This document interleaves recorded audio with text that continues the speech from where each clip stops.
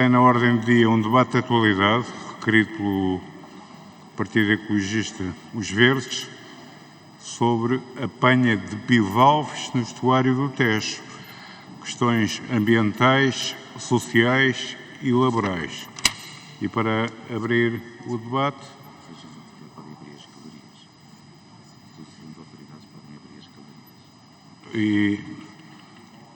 portanto, para abrir o debate tem a palavra o Sr. Deputado José Luís Ferreira e eu, entretanto, peço às senhoras e senhores agentes de salubridade que abram as galerias de acordo com as regras em vigor. Muito obrigado. Sr. Deputado José Luís Ferreira.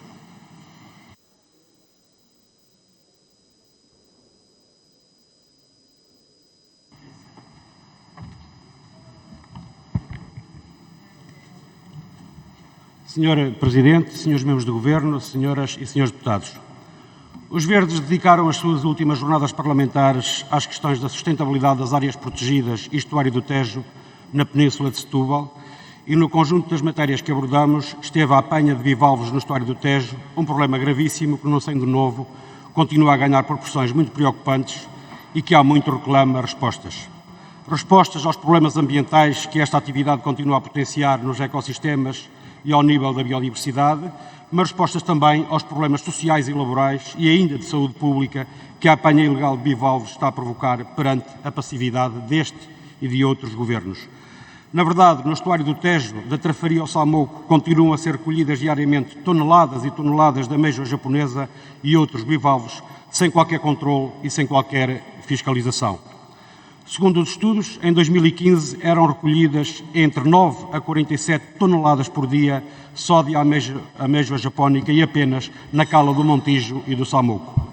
São um número de factos impressionantes que nos dão uma dimensão aproximada da gravidade do problema que os Verdes hoje trazem para debate.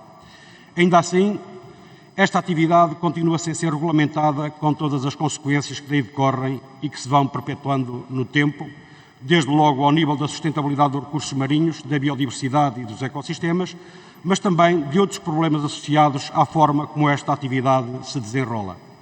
Referimos-nos, por exemplo, às condições de habitabilidade de muitos destes apanhadores, da exploração laboral a que se encontram sujeitos, mas também do perigo que representa em termos de segurança alimentar, pelo facto desses bivalves chegarem à mesa do consumidor literalmente contaminados. Vamos aos factos. Os bivalves recolhidos no estuário do Tejo são vendidos diretamente em mercados e restaurantes ou a intermediários que posteriormente os introduzem no mercado de forma ilegal e a preços muito superiores ao preço da primeira venda. Segundo os mesmos estudos, em 2015, a ameijoa japonesa era comprada ao apanhador por valores que oscilavam entre os 80 cêntimos e os 4 euros o quilo, quando o consumidor final pagava entre 8 a 12 euros por quilo. Só no ano de 2014 o negócio terá rendido entre 10 a 23 milhões de euros. E o pior é que os bivalves ilegalmente transacionados, não estando sujeitos a quaisquer análises ou processos de depuração, chegam ao consumidor contaminados com toxinas e metais pesados, o que potencia um grave problema de saúde pública. Como sabemos, a apanha de bivalves a montante da Ponte Vasta Gama é proibida devido à contaminação por chumbo. Mas nós não temos garantias que os bivalves não sejam recolhidos e que, portanto, não acabem por entrar no mercado e, por sua vez, também não cheguem à mesa do consumidor. Por outro lado, a jusante da ponte, a apanha é permitida. Sucede que essa zona tem a classificação C, o que significa que os bivalves podem ser apanhados, mas para serem colocados no mercado têm de passar pela depuradora porque estão contaminados com toxinas e metais pesados e, portanto, precisam de ser afinados. Ora, se o Governo não procede à definição e ao licenciamento das zonas de afinação para a depuração em meio natural de bivalves, e se não há depuradora industrial, para além da venda ser ilegal, os bivalves chegam à mesa do consumidor potencialmente contaminados. Mas sobre a definição das zonas de afinação para os bivalves recolhidos nas zonas C, nada sabemos. E sobre a construção de uma unidade para a transformação, valorização e depuração de bivalves no Barreiro, que aliás foi anunciada pelo Governo com pompa e circunstância em 2017, apenas sabemos que o processo está suspenso devido às fundações, mas temos, enfim, esperança que hoje, neste debate, o Governo sobre esta matéria nos traga boas notícias.